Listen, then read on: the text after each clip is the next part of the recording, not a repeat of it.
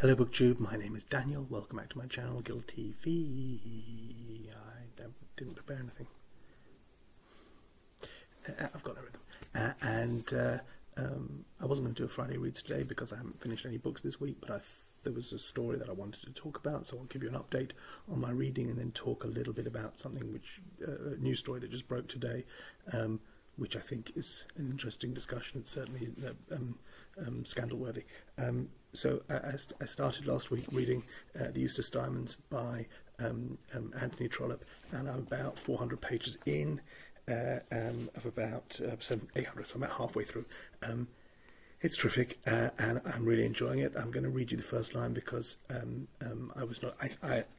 to me, one of the great openings of a novel that I knew from the very first sentence that I was back in sort of comforting and sort of snarky and lightly vicious tone. I'll get that to you in a second. But just one of the things to ponder is, so I started this last week and I'm 400 pages in.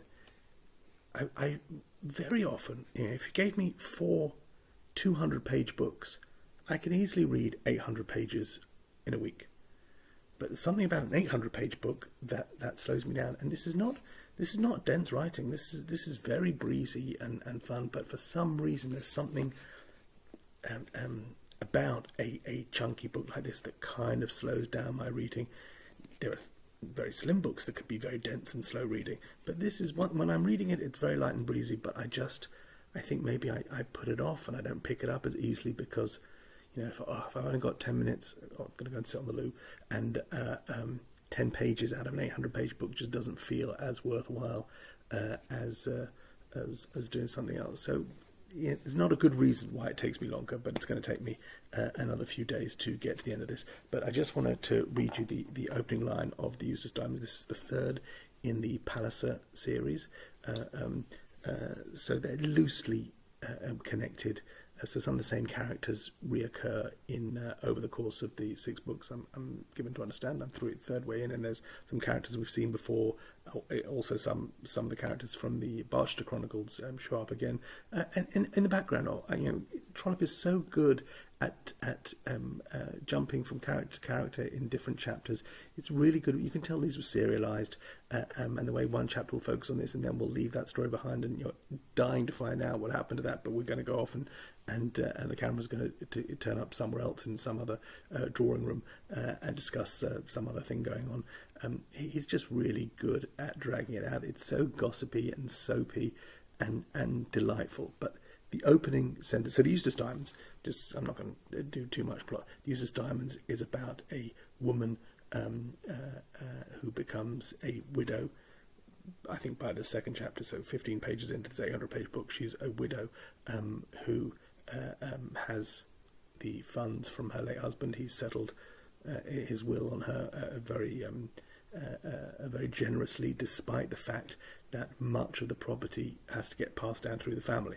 So she has a place to live while she remains, while she is alive, but it's not hers to sell or to do with it. It then returns to the family. And so even though she's a comfortable woman and she's been given some money as well, she doesn't have the wealth of the Eustace family that she's married into. And part of this, somewhere in this, whether it's a family heirloom, whether it was a gift to her, is a diamond necklace which she believes is hers, and the lawyers and the other members of the family believe was supposed to return to the family, and that's what goes on. Before she married Eustace, she was Lizzie Greystock, and this is the opening of the book. It was admitted by all her friends, and also by her enemies, who were in truth the more numerous and active body of the two, that Lizzie Greystock had done very well with herself. Just, I think one sentence in, and I knew I was going to love to find out all about Lizzie Greystock, who is Trollope makes explicit the reference that she is of a piece, with Becky Sharp.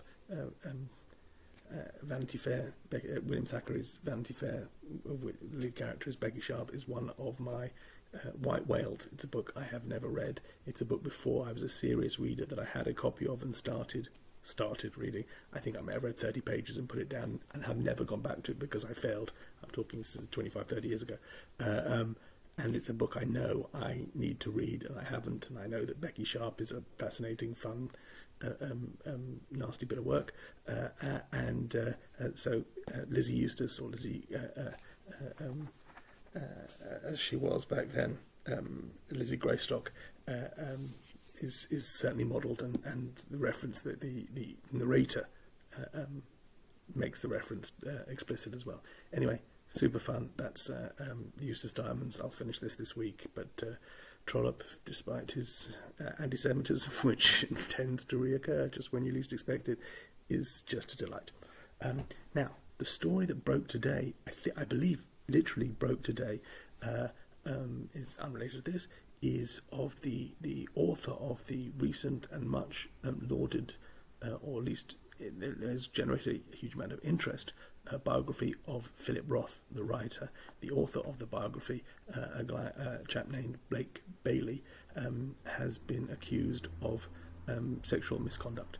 And there's I'll link to a couple of the reports. There's some quite serious sexual misconduct involved. He was a teacher in a school, going back maybe 25, 30 years ago.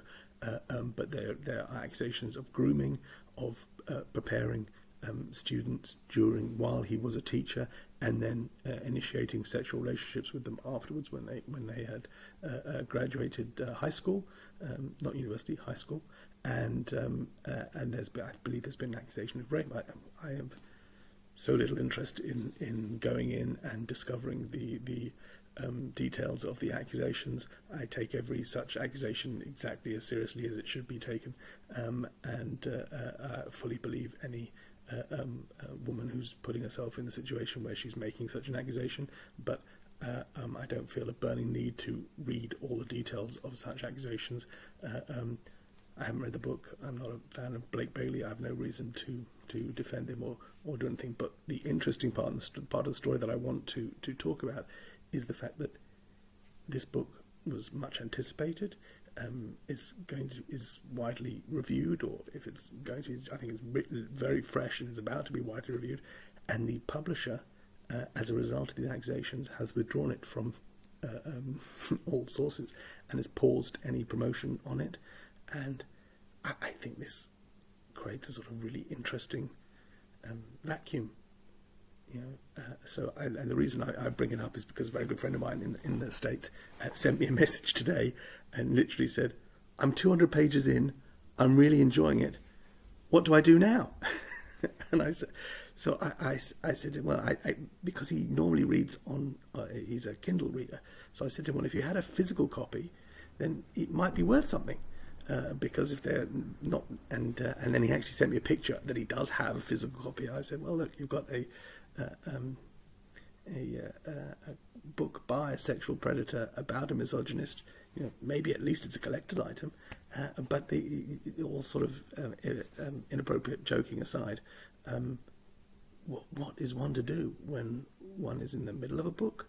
One was interested in the book, and the author, and the book is about Roth, and it's a biography, and some of the early comments in it's a little bit of a hagiography, and Bailey, I think, had spent some time with Roth, but now that these revelations come out about the author, not necessarily about Roth, we have plenty of revelations about Roth, and you're either, however you feel about Roth, some of the work was outstanding. But it's also worth investigating, what Claire Bloom had to say about him, and what many, many, many other people said about him, and pointing to a really quite unpleasant misogynist who was nevertheless an outstanding artist. I got my pile of Roth books here, and I'll talk about him in a second, but I think it's a genuine question, what happens now to this book. I don't think anyone's owed a biography of great writers. So it's not like, well, it's more important that we read this biography because I'm happy to chuck it out with I have no particular strong feelings that it needs to be saved, But it's an interesting question. What happens now mid-process? I don't know. We've had something like this now, where the book has come out, where there's been a huge amount of interest in it. Not all like 100% praiseworthy, but at least this is a significant first biography. I believe it's the first major biography of one of the most significant authors of the 20th and early 21st century. I believe he was still writing in the 21st century, but certainly in the late second half of the 20th century, a major biography. And now there is this question of, well, should we be reading this? If we already have a copy, can we carry on reading this? And what is our responsibility to the women making the accusations, to the art of the biographer, and to the subject of the biographer? I think there's a lot there to unpack, and I don't have any answers, and I want to be respectful of the people who have come forward with their stories. As glib as I've been, and as sort of light-hearted as I've been, of course the focus must be on the people who have come forward with these stories of sexual misconduct, and we must respect them and their bravery in coming forwards. But what advice was I supposed to give to my friend who's 200 pages into the book? I don't know. So I thought I'd just take 2 seconds to go through my experience with Roth. Clearly, a dodgy and unpleasant man, and I have nothing to say to anybody who says they have no interest in reading this white misogynist old fella. But for my part, some of coming to Roth when I did in the late 90s mostly, it was a significant part of my reading career. So starting with Portnoy's Complaint is an early book, and that's a fun and fantastic read. And this is a beautiful old corky paperback which originally sold for 40p. I don't know where I bought this, and bought this in 1993 and read that, and it's funny. I'm not a big fan of the funny book, but Portnoy's Complaint is funny, and will make you think very differently about chopped liver and what a rip-off American Pie was. One good joke. The Ghostwriter, I think, is the first Zuckerman book, and so it was significant from that point of view. I've got here Operation Shylock, which is like an American which fallen apart. I think I lent this to my dad once, and he may have taken ages, which is why the back cover has completely come off. It's like it's a vintage American edition. I don't know where I picked this up and this, but the books that were significant for me, starting with American Pastoral. So I bought this in '98. This is after I've moved to Israel. I must have picked this up in Stamatsky's here. And I think previously, so in my head, he's about Portnoy's Complaint, and this was the start of his renaissance as a tremendously respected. People thought he'd sort of gone out to pasture, and American Pastoral after Operation Shylock, and what's the other one? The Sabbath's Theatre, which I haven't read. So there was a kind of reframing of Roth as actually not a spent force, and with American Pastoral he was truly back at the forefront of at the top of his height of his powers. And there's these are loosely considered trilogy. There's no connection between them. You've got Start American Pastoral, which is just an outstanding book, and anyone who has any interest in literary fiction, and I get it if you don't want to read literary fiction by old white men, but if you have any interest in literary fiction, American Pastoral is an outstanding book. And then followed by I Married a Communist, also great. The Human Stain, which is just a personal favourite of mine. I've spoken before about the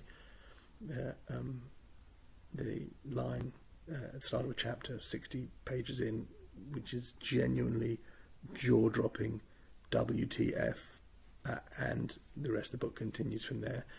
It's a great, I don't want to spoil anything. There's a movie with, I won't even say who the movie's with, but just really, really good.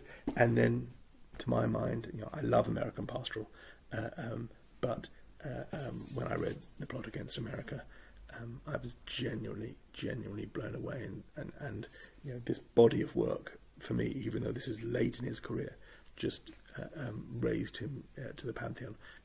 So I loved The Plot Against America, and after that it was a definite dropping off of quality for me. and I bought a few more books. The Dying Animal is really unpleasant and deeply misogynist, and don't recommend that to anyone. I really did not have a good experience with that.